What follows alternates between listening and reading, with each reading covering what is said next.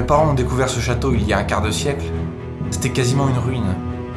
Colonie de vacances durant près de 30 ans, il a ensuite été abandonné pendant plus de 10 ans. Il a été pillé, vandalisé. Il aurait même pu disparaître.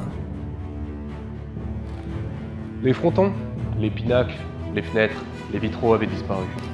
Les cheminées avaient tout été volées. Ces décors avaient été dénaturés. C'était un cadavre agonisant au milieu d'une forêt de ronces et sans doute fallait-il être un peu fou pour pouvoir le sauver. Pendant plus de 20 ans, mes parents se sont battus pour sauver l'essentiel. Et beaucoup a été fait. Aujourd'hui, c'est à notre tour de prendre le relais d'une restauration dans laquelle ma sœur, mon frère et moi sommes entrés au berceau. Lorsque l'on sait que la restitution d'une pièce peut prendre jusqu'à 1 an de travail et que nous réalisons nous-mêmes tous les corps d'état, cela va de la maçonnerie lourde jusqu'à la feuille d'or, on comprend que c'est l'œuvre d'une vie. Mais peut-on laisser disparaître un tel patrimoine ? Ces dernières années, nous avons redonné naissance aux pièces du rez-de-chaussée.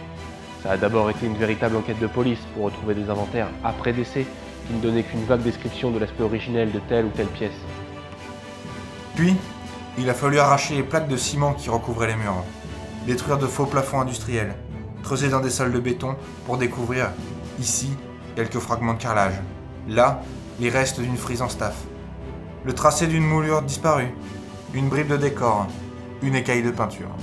Cela nous a permis de reconstituer les pièces telles qu'elles avaient dû être et telles qu'elles le sont aujourd'hui.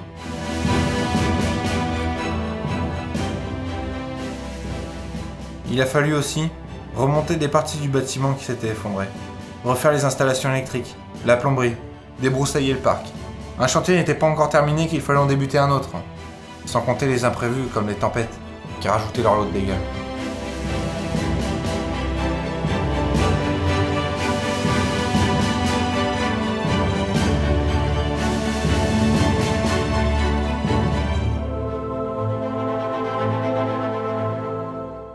Ce défi, que nous avons relevé sans 1 centime d'aide publique, est un combat de tous les jours, auquel, pour ma part, j'ai décidé de consacrer ma vie.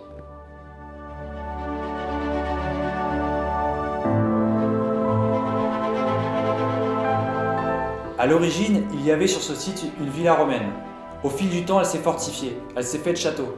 Puis les siècles ont passé, les fortifications ont perdu leur utilité et le château est devenu demeure de plaisance.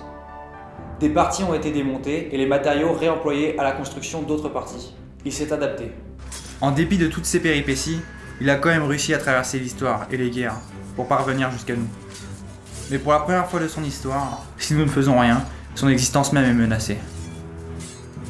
En effet, à la fin du 19e siècle, des annexes ont été démolies, et les milliers de mètres cubes de gravats, sans doute difficiles à évacuer pour les moyens de l'époque, sont venus remblayer la cour arrière du château. Le temps et l'abandon ont fait le reste. Si bien qu'aujourd'hui, le remblai représente 1,50 m d'épaisseur sur une surface de 2800 m². Comme le château est bâti à flanc de colline et que le terrain est argileux, à chaque pluie, et elles sont nombreuses par ici, les eaux ruissellent le long de la pente et viennent gorger le remblai. Du coup, le château se comporte en barrage qui retient plus de 4000 tonnes d'eau sur sa façade nord. La poussée de l'eau sape ses fondations et les infiltrations ruinent nos restaurations d'une année à l'autre. C'est pourquoi aujourd'hui, nous devons nous lancer dans un nouveau chantier pharaonique. Évacuer 4200 m3 de gravats qui encombrent la cour arrière, poser un système de drainage, stabiliser les fondations et enfin rétablir la cour dans son état d'origine. Mais cela, sans vous, nous n'y arriverons pas. Vous êtes nombreux à être sensibles au devenir du fabuleux patrimoine que nous ont laissé nos anciens. Et c'est vrai que tous ces monuments sont plus que de simples pierres posées l'une sur l'autre. Ils sont le témoignage d'un temps où le fonctionnel était indissociable du beau. Pour les bâtisseurs d'aujourd'hui, peut-être que ces gargouilles, ces dentelles de pierre, ces plafonds peints sont autant de choses inutiles et coûteuses.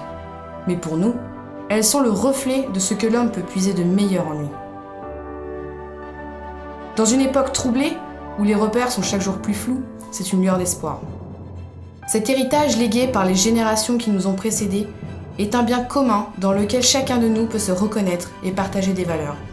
C'est pourquoi nous devons le transmettre intact aux générations futures. C'est pourquoi aussi je trouve extraordinaire la conscience et l'implication de ceux qui nous encouragent dans ce combat. Si vous aussi vous voulez participer à ce sauvetage, rejoignez-nous et soutenez le projet sur d'artagnan.fr.